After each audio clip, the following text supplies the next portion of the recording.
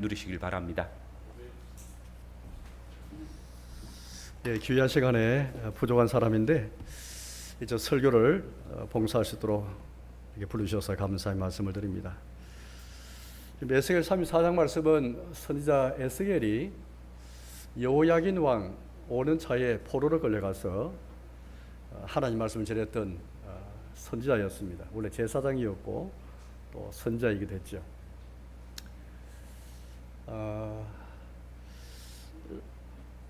이 바벨 이 거발 강가 이 바벨론에 끌려가서 포로들과 함께 생활하면서 하나님 말씀 전했는데 그 당시 포로들에게 충격적인 소식이 들렸습니다. 물론 자기들도 일찍이 포로 이곳에 끌려왔지만은 마침내 예루살렘 성이 함락되었다. 그런 소식이 들려들었습니다. 33장 보시면 바로 앞장에서 이제 그 소식 들은 것을 그렇게 이야기하고 있거든요. 한번 좀 상세히 보십시오, 여러분들. 하나님의 백성들이 주님과 언약 맺은 주의 백성들이 포로로 끌려왔다. 이방 나라에. 또 두 번째, 예루살렘 성이 함락되었다. 성들이 완전히 파괴되고 예루살렘 성 하나님의 도성이 함락되었다. 이 소식은 너무 충격적이었습니다. 거기에 대해서 에스겔 선지자가 하나님 부르심 받아서 하나님 말씀을 전합니다. 어떻게 해서 하나님 백성들이 패망이 되었는가? 도대체 무슨 이유 때문입니까? 그것만 선지자가 전한 것이 아니고 사실 오늘 34장부터는 어쩌면 33장부터 이어집니다만은 이렇게 패망하던 이스라엘이 다시 주님의 은총으로 어떻게 회복되는가? 그러니까 무슨 이유 때문에 패망했는가? 또 어떻게 회복되는가? 이 두 가지에 조화를 맞추어서 하나님 말씀을 전하고 있습니다. 그래서 오늘 34장 말씀은 이 두 가지에 착안해서 하나님 말씀을 전하는 이 에스겔서 말씀을 저는 세 가지로 이렇게 한번 여러분께 설교를 하려고 합니다. 하나는 에스겔 선지자가 그 당시 하나님 백성들 포로 끌려왔던 백성들에게 전한 말씀이지만은 이거 모든 시대, 모든 교회, 모든 성도에게 주시는 말씀이잖아요. 첫째는 우리가 돌이켜야 할 죄가 무엇인가? 우리가 두려워하고, 우리가 경계하고, 우리가 미워하고, 우리가 피해야 하고, 죄가 무엇인가? 그 죄로 말미암은 비참함이 무엇인가? 이걸 먼저 설교하고, 두 번째는 우리에게 주시는 구원의 은혜가 무엇인가? 세 번째는 이후에 우리가 어떻게 주께 감사하며 살 것인가? 이 세 가지 대들을 설교하면서 함께 하나님의 말씀을 나누고자 합니다. 먼저 우리의 죄와 비참함에 대해서 이렇게 하나님의 말씀을 전하겠습니다. 오늘 에스겔 선지자를 통해서 우리가 깨닫고 우리가 피해하고 미워하고 돌이켜야 할 그 죄는 오늘 명명백백하게 이렇게 나오고 있습니다. 제가 좀 읽어보겠습니다. 1절에서 2절까지 읽어보겠습니다. 여호와의 말씀이 내게 에스겔 선지자를 가리킵니다. 임하여 이르시되 인자야 너는 이스라엘 목자들에게 예언하라. 그들 곧 목자들에게 예언하여 이르기를 주 여호와께서 이같이 말씀하시되 자기만 먹는 이스라엘 목자들은 화 있을진저 목자들이 양떼를 먹이는 것이 마땅하지 아니하냐. 여러분 우리 여호와 하나님께서 어떤 분이신지 우리가 먼저 좀 생각할 필요가 있습니다. 여호와 하나님은 자신을 목자에 많이 비유하셨죠. 시편 77편 20절 말씀 보니까 모세와 아론을 통해서 자기 백성을 양떼처럼 인도하셨다. 그 출애굽 사건을 가리켜서 그렇게 비유하였습니다. 자신의 목자로서 양떼처럼 다 인도하셨다. 이게 여러분들 예레미야서라든지 기타 곳곳에서 굉장히 많이 나오죠. 다윗도 그렇게 여호와는 나의 목자시니 내게 부족함이 없으리로다. 그런 고백에서도 알 수 있는 것처럼 여호와께서 자신을 우리에게 알리실 때에 목자를 알리셨죠. 목자와 양이라는 것은 정말 우리가 너무 쉽게 다 그렇게 그 비유를 통해서 목자가 무슨 일을 하는가 금방 알 수 있잖아요. 양들에게 목자는 없어서는 안 될 그런 존재죠. 양들을 먹이고 마시게 하고 초장으로 인도하고 또 보호해주고 지켜주고 이끌어주고 돌보고 양들에게 목자가 없으면 안 되는 거죠. 그처럼 여호와께서 자신을 우리에게 목자로 알리셨죠. 근데 그 여호와께 자기 대신에 자기 백성들을 위해서 직분자를 세우실 때 이 직분자를 목자로 세웠습니다. 그래서 오늘 말씀 보면은 이런 것을 지적하죠. 목자들이 양떼를 먹이는 것이 마땅하지 아니하냐. 양떼는 여호와의 양떼죠. 나중 쭉 읽어보시면 34장에 내 양떼, 내 양떼란 말이 굉장히 많이 나옵니다. 하나님 여호와의 양떼인데 이걸 직분자를 목자라 세워서 맡기신 거죠. 선지자, 제사장, 왕, 장로들 다 맡기신 거죠. 구약시대의 직분자에게 다 맡기셔서 직분자의 봉사가 바로 목양하는 것이다. 양떼를 치는 것이다. 그렇게 이제 가르치셨죠. 그런데 오늘 지적하신 죄가 뭡니까? 자기만 먹고 양떼를 먹이는 것이 합당하지만은 마땅하지만은 양떼를 먹이지 아니하고 자기만 먹는 그 죄를 다 지적하고 있습니다. 3절, 4절, 5절 말씀 보면 더 노골적으로 그렇게 이제 정확하게 말씀해 주고 있습니다. 3절 이하를 읽어보겠습니다. 너희가 살찐 양을 잡아 그 기름을 먹으며 그 털을 입되 양떼는 먹이지 않는다도다. 그러니까 목자가 양을 위해 있어야 되는데 목자가 어떻게 합니까? 양떼를 통해서 뭔가 이익을 보려 하죠. 이익을 취하는 겁니다. 그러니까 목자가 양떼를 위해 있는 게 아니고 양떼가 목자를 위해서 있는 거예요. 양의 털을 다 이용하고 양의 기름을 취하고 마치 잡아먹는, 상상할 수도 없죠. 이스라엘의 직분자의 목자들이 이런 일을 했다 그렇게 말하고 있습니다. 4절 말씀 보겠습니다. 너희가 그 연약한 자를 강하게 아니하며 병든 자를 고치지 아니하며 상한 자를 싸매주지 아니하며 쫓기는 자를 돌아오게 하지 아니하며 잃어버린 자를 찾지 아니하고 다만 포악으로 그것들을 다시르도다. 양떼 안에는 약한 양도 있고 병든 양도 있고 상처가 난 양도 있고 쫓기는 양도 있고 잃어버린 양도 있는데 연약한 양들은 다 그렇게 강하게 해주고 또 상처받은 양들은 상처 입은 양들은 싸매주고 병든 양은 고쳐주고 쫓긴 양은 도로게 만들고 잃어버린 양은 찾아오고 이게 목자의 할 일인데 우리 목자신 여호와께서 자기 대신에 목양하도록 이들에게 허락하시고 이들은 목자를 세워서 하시는데 이걸 하지 않는 거예요. 5절 말씀 보니까 그 결과를 말하고 있습니다. 목자가 없으므로 그것들이 흩어지고 흩어져서 모든 덜 짐승의 밥이 되었도다. 그러니까 목자가 없다고 말합니다. 분명히 목자는 있는데 거짓 목자고 결과적으로 목자가 없다. 그러니까 목자가 없는 이 죄를 지적하고 있죠. 그 비참함이 무엇입니까? 흩어지고 흩어져서 모든 덜 짐승의 밥이 되고 마는 여호와 양떼가 이처럼 버림을 받아가지고 덜 짐승의 밥이 되게 만드는 목자가 없는 그 죄를 다 지적하시면서 아까 2절 말씀 보니까 그런 말씀 있었죠. 자기만 먹는 이스라엘 목자들은 화 있을진저. 하나님께서 화를 다 선포하셔요. 이 화라는 것은 저주고 진노잖아요. 이 사람이 여호와의 진노, 여호와의 저주를 감당할 수가 없죠. 여호와께서 진노하시면 누가 여호와의 진노 앞에 누가 그걸 설 수 있겠습니까? 감히 존귀하시고 거룩하시고 어려우신 주님의 진노 앞에 그 화 앞에는 설 수가 없는 거죠.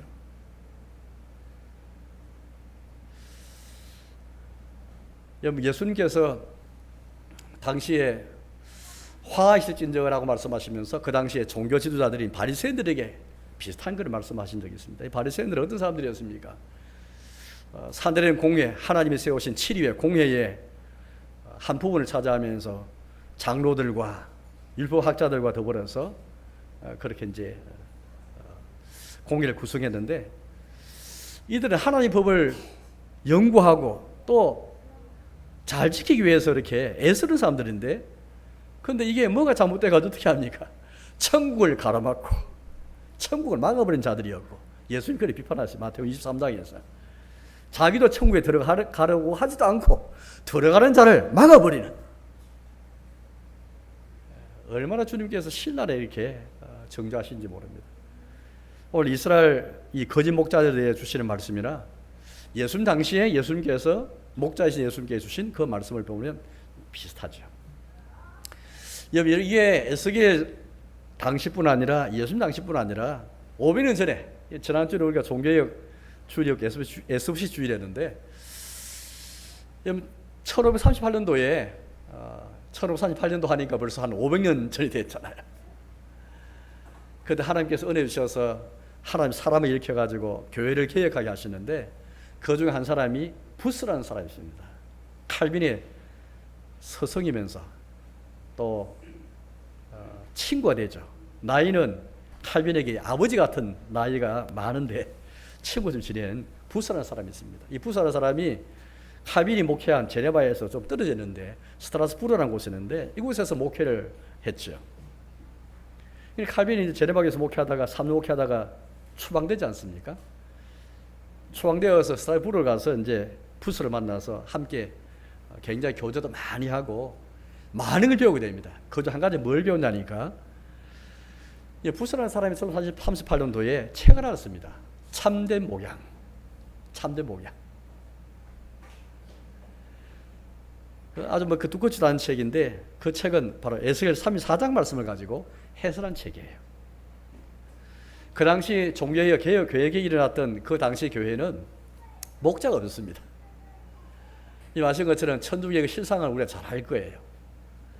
뭐 교황이 있고 추경이 있고 뭐 주교 감독이라 불린 자들이 있고 그 밑에 우리 개신교의 장로에 해당하는 신부가 있고 또 집사에 해당하는 신학생이 있어도 이 계급적인 구조 속에서 은혜의 방편, 설교라든지 하나님 말씀이라든지 세례와 성찬 같은 하나님 말씀을 통해서 영혼을 먹이는 영적 음식을 그렇게 이제 나누도록 이들 손에 허락하시는데 이걸 이 계급적 구조 속에서 전달 안 되는 거예요. 그러니까 뭐 얼마나 온갖 미신들이 막 들어오고 예배당에 갔더니 라틴 말로 자기 나라 말로 설교를 듣지 못하고 라틴 말로 누구도 알아들을 수 없는 일반 교인들은 알아들을 수 없는 라틴 말로 다 이렇게 강론하고 미사는 잘못된 성찰을 미신처럼 만들어 버렸고 화채설을 통해서 또 목자를 부르받은 그 신부들은 교인들을 신방하지 않고 돌아보지 않고 대신 어떻게 합니까? 고해석에 나아오도록 했어요. 고해석. 1년에 한 차례 혹은 몇 년에 한 차례에서 와서 자기의 죄를 고하는 것. 이걸 통해서 회개다. 이게 바로 회개다. 우리 개신교 회개는 평생 죽을 때까지 자신을 미워하고 옛사람 미워하는 게 회개인데 그냥 고해성사하는 게 회개를 가르치면서 그걸 왜곡시키면서 그것도 교인들 보고 찾아와서 이렇게 이 고해성사라는 걸 통해서 죄사함을 선언했죠. 복음도 엉터리로 전했을 뿐 아니라 찾아가지 아니하고 찾아오게 만들어가지고 목자가 양을 찾아가지 아니하고 양이 목자를 찾아와서 회개하게 만들고 그것도 잘못된 회개를 가르쳐서 그렇게 죄사함의 선을 선포하고 복음을 왜곡한 이게 그 당시 이런 구도 속에서 주님의 교회가 많이 부패했지 않습니까? 그때에 부스라든지 칼빈 같은 루터 같은 사람들이 다 일어서가지고 우리 주님이 일으켜 주셔서 특별히 부스라는 사람이 교회 계획의 핵심이 뭐냐? 바로 직분을 계획하는 것인데 모든 직분의 본질은 목양이다. 에스겔 34장 말씀. 이 말씀을 다 해설하면서 목사, 장로, 집사가 약한 자를 강하게 하고 쫓긴 자를 돌아오게 하고 잃어버린 자를 찾아오고 병든 자를 고치고 상처 입은 양들을 싸매주고 이게 하나님께서 목자이신 주님께서 자기 대신 직분자를 목자를 세워 사신 일이다. 그렇게 다 가르쳤죠. 여러분 한번 우리 자신을 가만히 돌아보시오.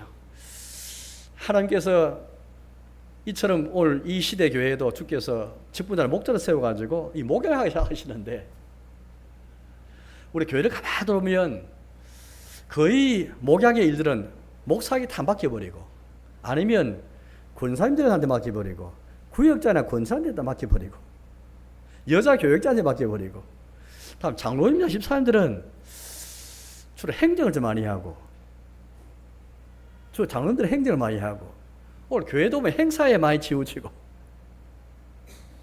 진짜 목양이 핵심인데 이 목양 이게 없어가지고 구약시대의 백성이 패망당하고 성들이 파괴되고 예루살렘 하나님의 성이 함락되고 말하는데 또 장차 여호와께서 회복시킬 그 모습은 참된 목자를 부활시켜서 이걸 회복시키는 것이 하나님의 뜻인데 우리가 이처럼 돌이켜야 할 죄, 우리가 깨달아야 할 죄, 미워하고 피해야 할 죄 물론 우리가 이제 고백해야 할 죄도 많고 돌이켜야 할 죄도 많은데 저 에스겔 34장을 보면서 왜 저는 하나님 백성이 패망하는가? 물론 예수님 선자는 이것만 말하고 있지 않습니다.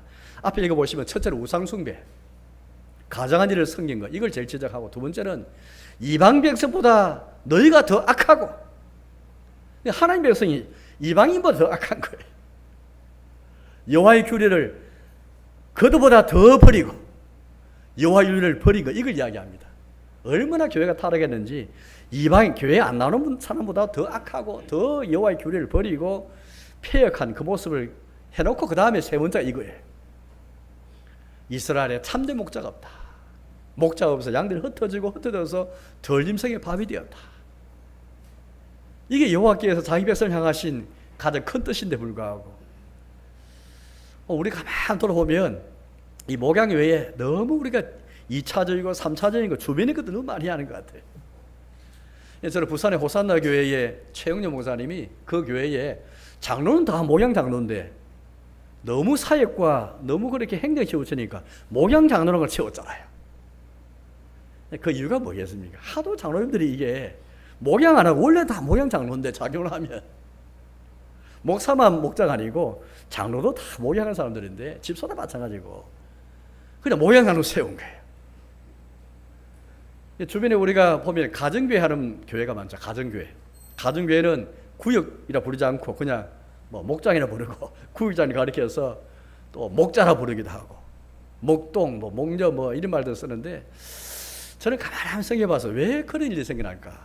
기존의 장로님들이나 기존의 직분자들이 그 일을 못하니까 교인 가운데서 목자를 세우고, 목동을 세우고, 목리를 세워가지고 또 일반 구역, 그냥 구역 예배만 드리고, 이게 아니고 진짜 교인을 돌아보는 이것을 하기 위해서 구역을 목장이라 부르구나. 물론 저는 목양 장로를 세우는 것이나 또 가정교회 세우는 것에 다소 우리가 좀 뭐 결함도 있고 또 이상한 것도 많이 있습니다. 저는 그걸 지금 지금 왈가불가 그렇게 가타부타 말하는 게 아니고, 어떤 배경에서 일인이 생기는가, 그걸 잘 봐야 될 것 같아요. 사랑하는 우리 오늘 세움받는 우리 두 분 여러분, 그리고 오늘 우리 모든 직분자와 우리 모든 교회 여러분, 구약시대 하나님 백성이 이런 같으면 한번 생각해 보십시오. 이런 같으면은 하나님의 교회가 지금 백성이 있는데 하나님 도성이 함락하고 성전이 하나님 집이 파괴되고 이방 나라로 포로로 끌려왔잖아요. 거기서 하나님께서 패망의 우려를 말씀하시고 회복의 절차를 말씀하시면서 이걸 다 말씀하시는데, 시대만 이걸 주목하지 않는 거예요. 결국 종교개혁 때 이걸 주목해서 종교개혁도 우리가 교리도 개혁하고 많은 걸 개혁했죠. 가정도 개혁하고 많은 걸 개혁했지만 특별히 교회를 개혁하면서 바로 이 점, 직분을 바로 세워서 다 목양을 하게 한 것. 그런 점에서 이 부스라는 사람이 탁월했고, 이걸 칼빈이 다 배우게 되고, 칼빈이 다 제네바에 재청명 받았을 때에 돌아와가지고 장로를 세우고 바로 이 신방을 하게 하고 바로 목양을 다 하도록 집사를 세워서 다 하게 한, 그걸 다 보게 됩니다. 그럼 오늘 예수 그리스도를 통해서 지적한 죄가 거짓 목자에만 죄를 지적하고 있지 않습니다. 뒤편에 보시면 17절 말씀을 보십시오. 17절에서 22절까지 말씀을 제가 읽어보겠습니다. 주 여호와께서 같이 말씀하시느니라. 나의 양떼 너희여, 내가 양과 양 사이와 순양과 순염소 사이에서 심판하노라. 너희가 좋은 꼴을 먹는 것을 작은 일로 여기느냐? 어찌하여 남은 꼴을 발로 밟았느냐? 너희가 맑은 물을 마시는 것을 작은 일로 여기느냐? 어찌하여 남은 물을 발로 더럽혔느냐? 나의 양은 너희 발로 밟은 것을 먹으며 너희 발로 더럽힌 것을 마시는도다 하시느니라. 그러므로 주 여호와께서 그들에게 이같이 말씀하시되, 나하고 내가 살찐 양과 파리한 양 사이에서 심판하리라. 너희가 옆구리와 어깨로 밀어뜨리고 모든 병든 자를 뿔로 받아 무리를 밖으로 흩어지게 하는도다. 그러므로 내가 내 양떼를 구원하여 그들로 다시는 노락거리가 되지 아니하고 양과 양 사이에 심판하리라. 하나님께서 목자만 심판하는 게 아니고 양들도 심판하셔요. 어떤 잘못된 죄가, 양들의 죄가 어떻게 나옵니까? 좋은 꿀 먹는 것을, 맑음을 마시는 것을 감사히 생각하지 않은 거예요. 그걸 작은 일로 여기고, 양들에게는 좋은 걸 먹는 게 최고인데 이걸 작은 일로 여기고, 맑음을 마시는 것을, 양들을 항상 광야에서 약을 치는데 맑음을 찾는 것도 어려운데 맑음을 마시는 것을 감사하고 좋게 여기야 돼. 이걸 작은 일로 여기고, 물이 남은 거 있으면 다른 양이 못 먹도록 발로 밟아버리는 거예요. 이게 얼마나 못됐습니까? 남은 걸도 밟아버리고 먹지 못, 자기만 착 배부리 먹고 남은 걸도 다 발로 밟아서 나의 양떼, 여호와 양떼가 먹지 못하고 마시지 못하게 하는 거예요. 그것뿐만 아닙니다. 21절 말씀 보니까 살찐 양과 파리한 양 사이에 심판하실 때 옆구리와 어깨로 밀어뜨리고 모든 병든 자를 뿔로 받아 물을 밖으로 흩어지게 한도다. 거짓 목자 때문에 양들이 흩어지기 뿐 아니라 양들 가운데서 못된 양이 있어가지고 어깨로 머리로 밀어뜨리면서 병든 양들을 뿔로 받아서 무리를 밖으로 흩어지게 하라. 오늘 하나님께서 이와 같이 왜 너희가 이렇게 패망했는지, 또 회복의 말씀하시면서 어떻게 해서 회복의 절차가 이루어지는지,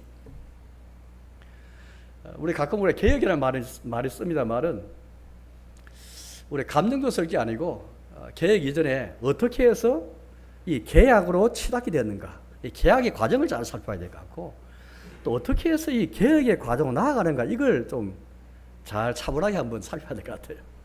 저도 에스겔 3장 말씀은 이스라엘 목자가 없어서 양들이 흩어지고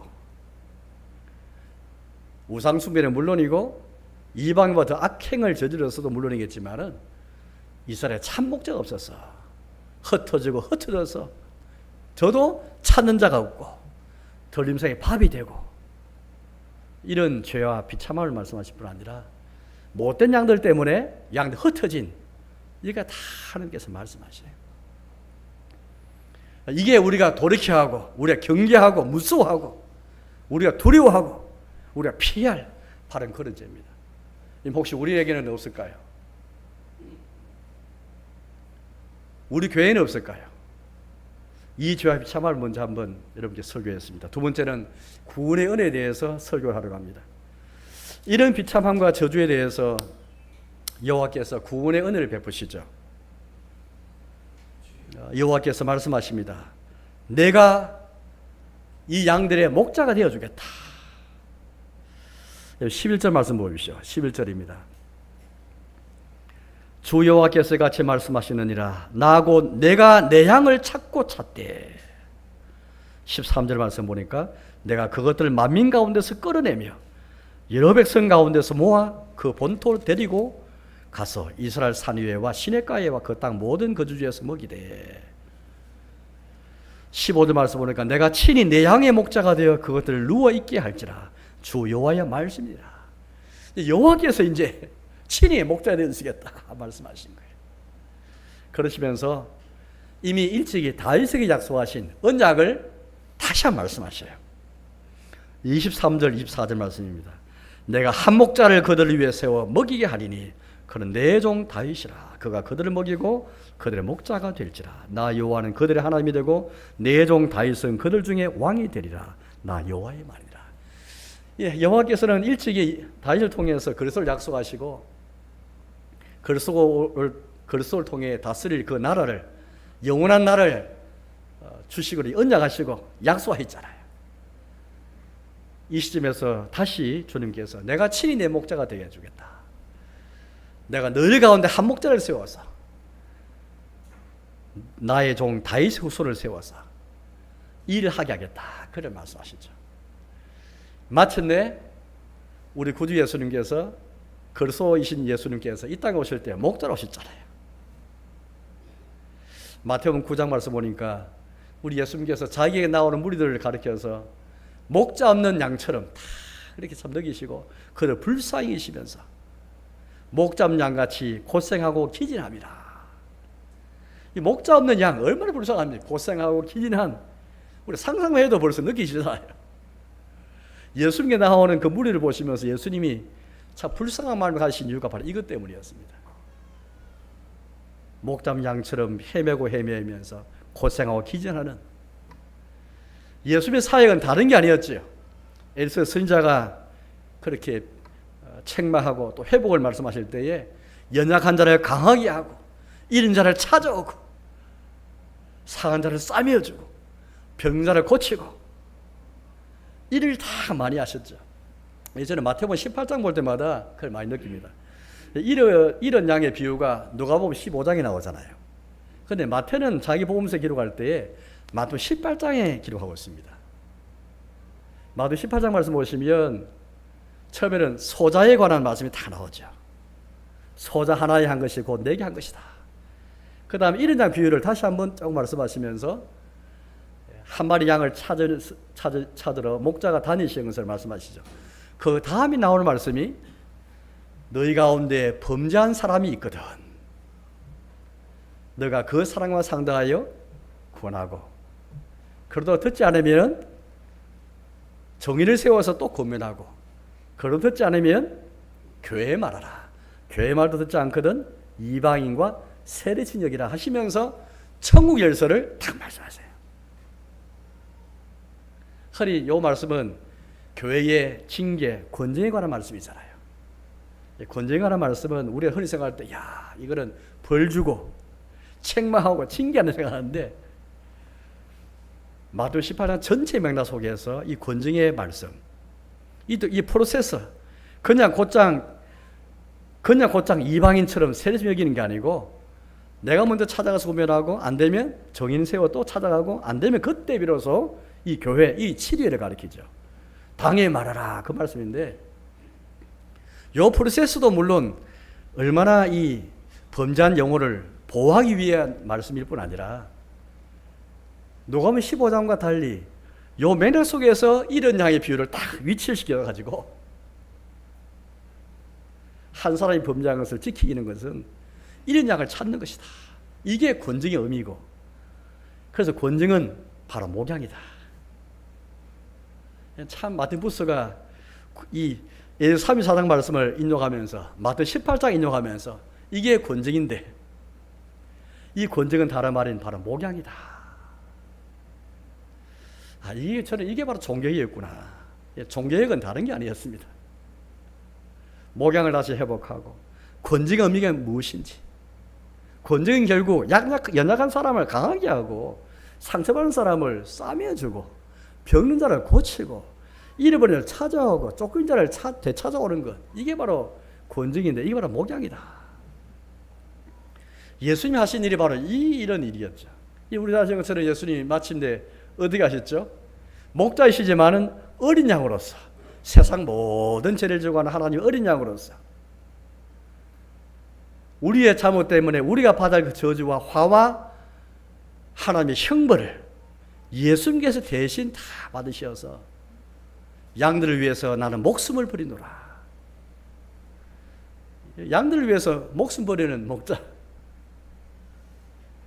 친히 어린 양 되셔가지고 우리가 짊어질 모든 죄의 저주들, 형벌들 하나님 심판을 대신 받으셔서 십자가에 죽으신 거 아니겠습니까?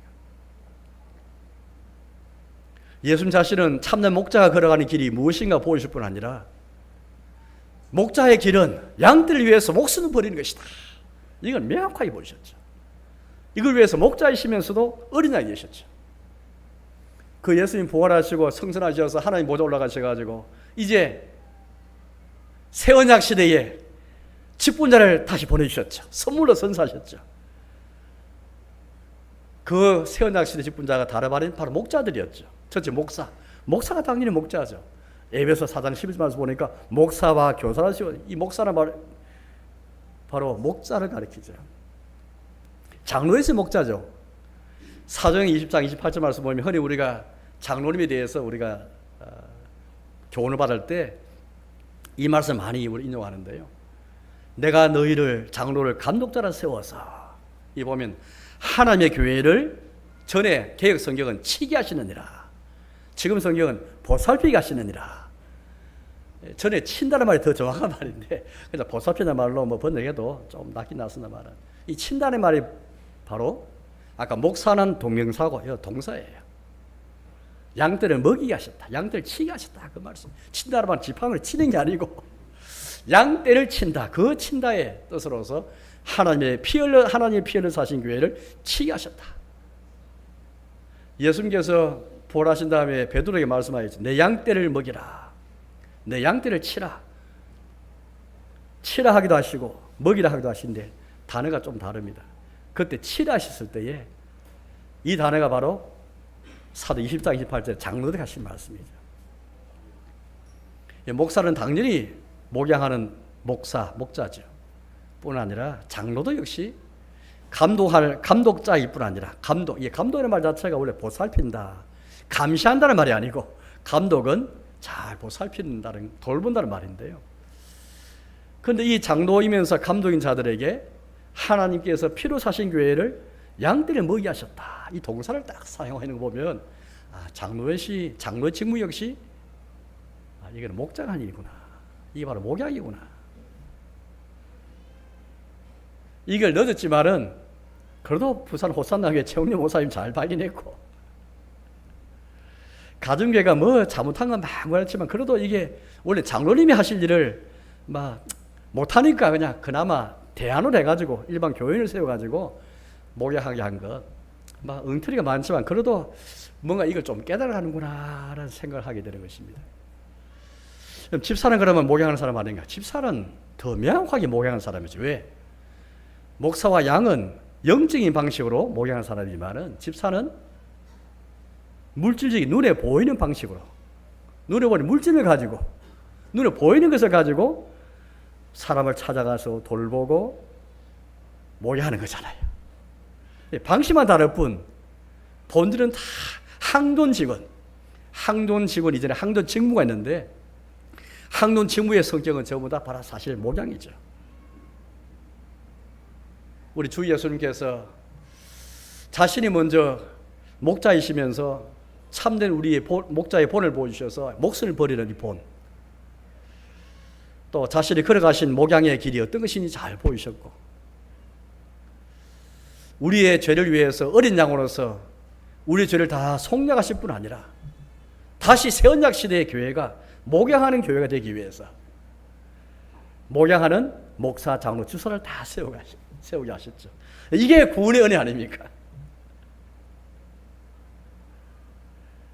뭐가 구원의 은혜입니까? 하나님께 이들의 손을 통해서 은혜 방편이 나눠지게 하시고, 이를 통해서 교회가 보존되게 하시고 돌보게 하시고. 요한계시록 17장 말씀 보면 이런 말씀이 있습니다. 우리 예수님께서는 지금도 보좌 우편에 계시면서도 마지막 날까지 계속 목자 일을 하시죠. 요한계시록 7장 17절 말씀 보면 이는 보좌 가운데 계신 어린 양이 그들의 목자가 되사, 이제 어린 양이 목자가 되셔요. 아까는 목자가 되신 그리스도께서 어린 양이 계셨고, 또 어린 양이신 분이 목자 되십니다. 보좌 가운데 계신 어린 양이 그들의 목자가 되사 생명수 샘으로 인도하시고 하나님께서 그들의 눈에서 모든 눈물을 씻어 주실 것입니다. 하나님 보좌 우편에서 지금도 예수님 목자로서 자신 양떼를 다 보호하시는데 바로 직분자를 통해서 일을 하게 하시는 거죠. 생명수 샘으로 인도하신다, 그렇게 말씀하십니다. 이에 따라서 우리가 하나님을 찬양하고 주께 참 돌려드려야 할 영광, 어떤 은혜에 대해서 감사하고 어떤 은혜에 대해서 우리가 영광 돌려야 되겠습니까? 바로 이런 구원의 은혜. 여호와께서 친히 목자가 되셔서 그리스도를 목자로 보내시고, 또 그 그리스도께서 참된 목자로 살지 못한 우리의 죄에 대해서 형벌을 대신 받으시고 죽으실 뿐 아니라 부활하시고 성전 보좌 우편에 앉으셔서 새 언약 시대의 목자로 직분을 세우셔서 이를 통해서 생명세로 인도하시는 이 주님의 은혜로운 섭리, 이 섭리를 주를 가지고 주님을 찬양하지 않을 수밖에 없는 것이죠. 세 번째, 우리의 감사에 대해서 이렇게 설교를 마지막 하러 갑니다. 이제 이러한 은혜를 안다면 우리가 무엇으로 감사해야 되겠습니까? 당연히 직분자는 먼저 우리의 목자장이신, 베드로 전서 말씀 보면 예수님께서 목자장이다 그렇게 말씀합니다. 히브리서 말씀 보면 양들의 큰 목자이시면서 목자이신 예수님께서 걸어가신 그 길을 우리 직분자가 다 걸어가야 되겠죠. 양들 위해서 목숨 버리는 우리 임직받는 우리 두 분, 이런 예수님을 다 본받아서 묵묵하게 양들 위해서 목숨 버릴 각오로 연약한 자를 강하게 해주고 병든 양들을 고쳐주고 상처받은 양을 싸매어주고 쫓긴 양과 잃어버린 양을 찾아오고 찾고 이 일을 다 해야 되죠. 이 헌법에 나와 있는 우리 고신교회 가진 헌법, 그 안에 교회 정치가 있는데 거기 보면 장로의 직무, 집사 직무 다 보시면 거의 90% 이상이 행정이 아니라 다 모양에서 다 볼 수 있습니다. 우리 실천 못해서 그렇죠. 그 직무 자체가 다 사람을 상대하고 이런 양들을 상대하는 목양인 것 다 잊지 마시고 우리 교우들께서는 이런 목양 일을 하는 직분자를 귀히 여기고 존중히 여기고 기도하면서 하나님께서 세우신 이 장로님과 집사님을 통해서 우리 동네당 교회가 목자들의 교회, 푸른 초당이 다 되는 교회, 하나님 말씀의 꼴을 먹고 또 집사의 구제를 통해서 나눔을 통해서 다 풍성하게 배부르게 먹는, 진짜 이 양들이 회복되어지고 양들이 튼튼하게 되어지고 양들 되찾는 회복 역사가 일어나는 그런 일이 일어나야 되겠죠. 동시에 나아가서 우리 교우들도 아까 우리 주님이 책망하실 때에 양들의 못된 것도 우리 주님이 지적하셨는데 이제 우리 교우들도 마찬가지. 우리 교우들도 목자예요. 히브리서 12장 말씀 보면 이런 말씀이 나옵니다. 그 보면 너희 가운데 은혜에서 떨어진 자가 없는가? 에서처럼 망령된 자가 없는가? 살피라. 그런 말씀을 기억하시죠? 살피라. 저는 돌아보아 너희 가운데 은혜리 있는 자가 없는지, 에서처럼 막는 자가 없는지 돌아보라, 살피라 말씀이었는데, 이 돌보다 살피는 말이 바로 아까 감독을 가리키는 감독한다 동사예요.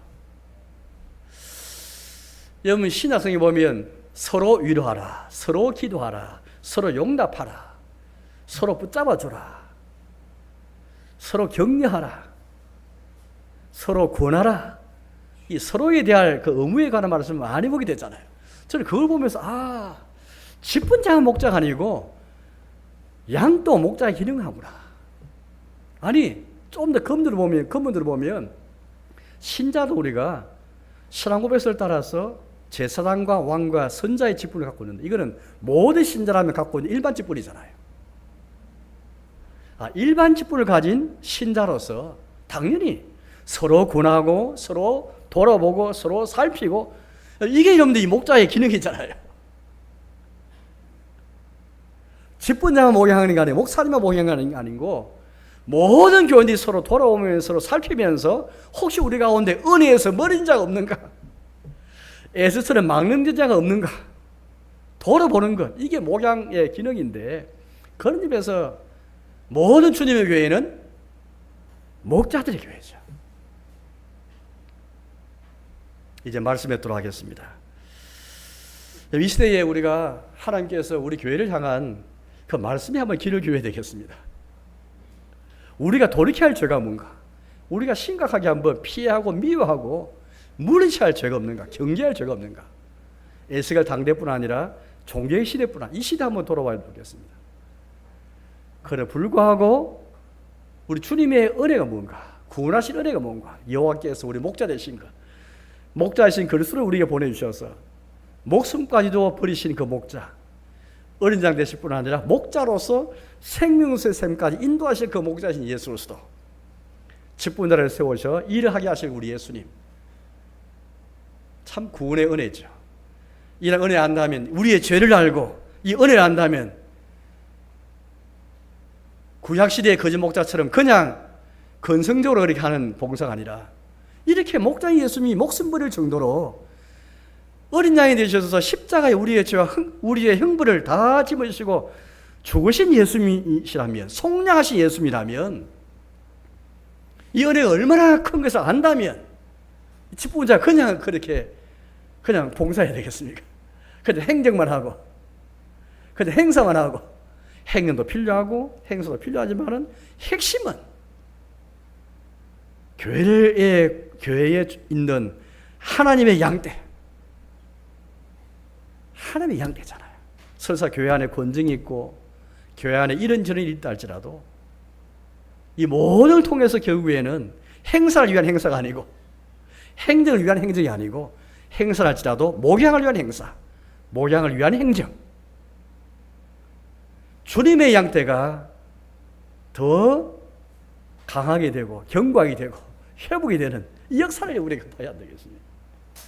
예수님 안에 주신 은혜가 얼마나 큰가 한다면 우리 집부리 봉사를 소홀히 할 수 없죠. 예수님을 양들의 큰 목자로 알고 목자자로 안다면, 우리를 목자로 세웠다면 그냥 소홀히 할 수 없는 집부름 같아요. 집분자뿐 아니라 우리 모든 교우들도 목양의 기능을 잘 감당해서 동련자 교회가 하나님 주신 이 복을 받아가지고 집분자 세우게 되었습니다만은, 이 일을 계기로 동련자 교회가 목자들의 교회, 목양이 풍성해서 하나님의 교회가 참 푸르고 풍성한 생명이 넘치는 주님의 교회가 되기를 주님의 이름으로 축복합니다.